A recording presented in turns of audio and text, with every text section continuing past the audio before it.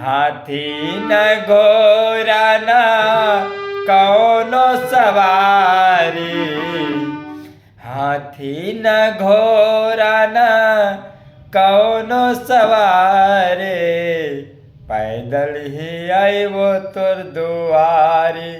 ये भोले बाबा पैदल ही आइबो तोर दुआरी, ये भोलेनाथ पैदल ही आइबो दुआरी।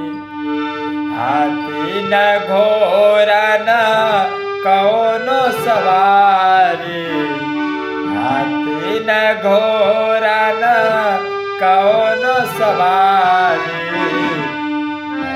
पैदल ही आइबो तोर दुआरी। ये भोलेनाथ पैदल ही आइबो तोर दुआरी।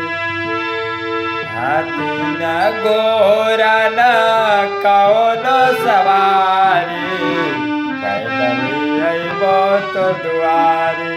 ये भोले बाबा पैदल ही आइबो तोर दुआरी।